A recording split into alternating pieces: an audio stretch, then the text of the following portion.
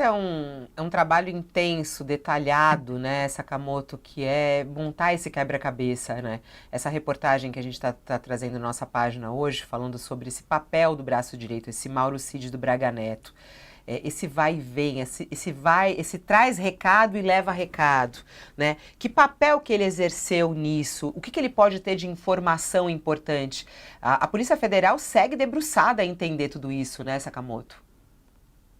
Fabiola, não é apenas de grandes nomes que fazem um golpe, né? O golpe tem funções, né? O golpe precisa de gente que articule, que execute, que coloque, traga informações, né? Cada um tem uma função. Ao que tudo indica, pelas informações que foram prestadas pela Polícia Federal, né? Que foram, quer dizer, saíram da Polícia Federal, né?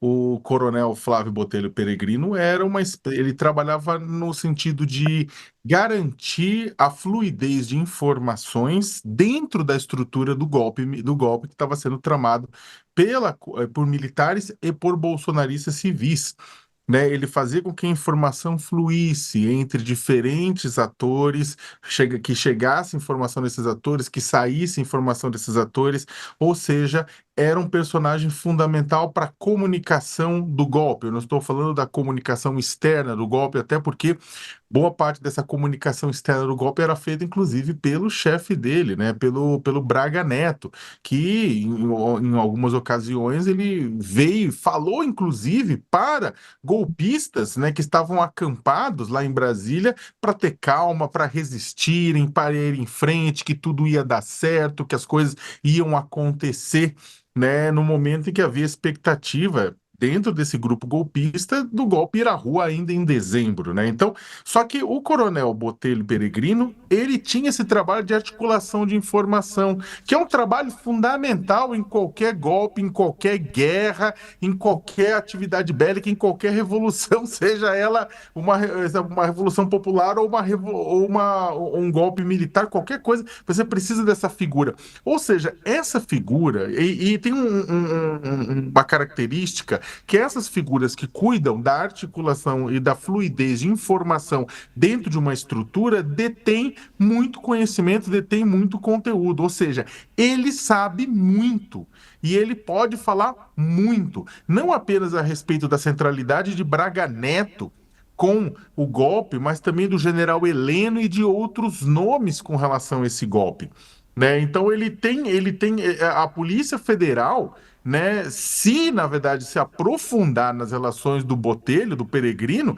ele pode, né, vir a conhecer a verdade, como diz sempre o versículo bíblico citado por Bolsonaro.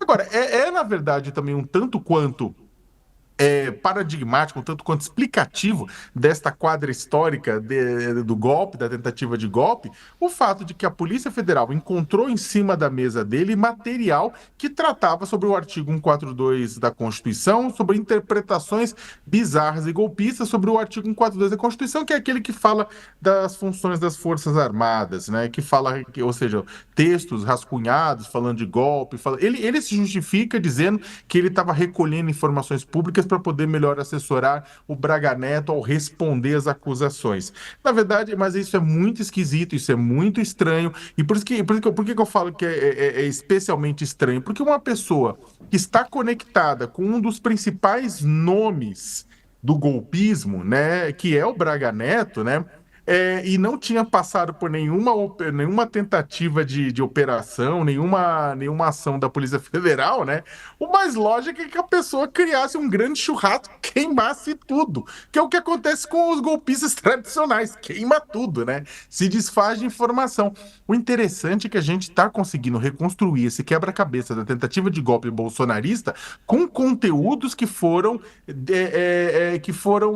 deixados pelos próprios membros dessa intentona golpista, Fabiola. Sabe, esse é o mais inacreditável de tudo. Tá tudo, na verdade, essas peças de quebra-cabeça vão se juntando exatamente com informações que eram guardadas. Anderson Torres, lá atrás, guardou minuta de decreto golpista. Sabe? Mauro Cid também. As anotações da agora do Botelho Peregrino. Você tem informação e mais informação que foi guardada.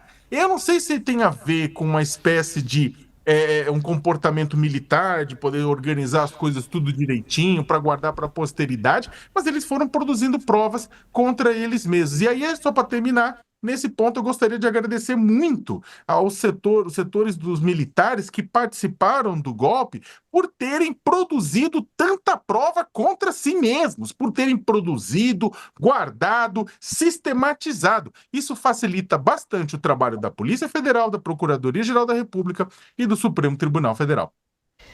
Ó, o primeiro intervalo para quem está nos acompanhando na TV, voltamos daqui a pouquinho.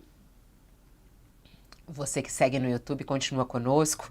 Tem muita gente comentando aqui, falando a respeito da possibilidade, inclusive, desse Cid do Braga Neto, de repente, fazer uma delação.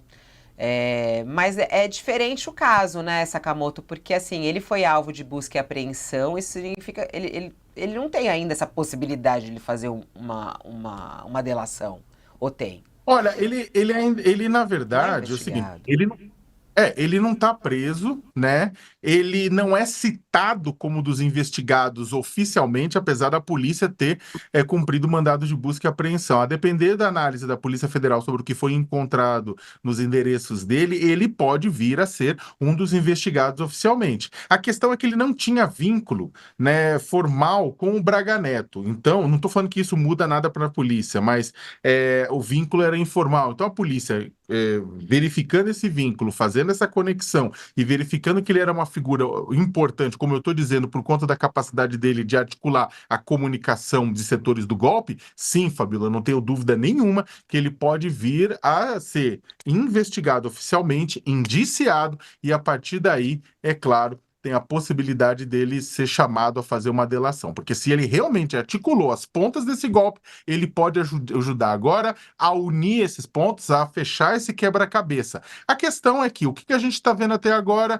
é que é tanta gente participando, tantos militares, são 40 indiciados, 28 militares, que basicamente é o seguinte: cada enxadada da Polícia Federal, eles encontram uma minhoca.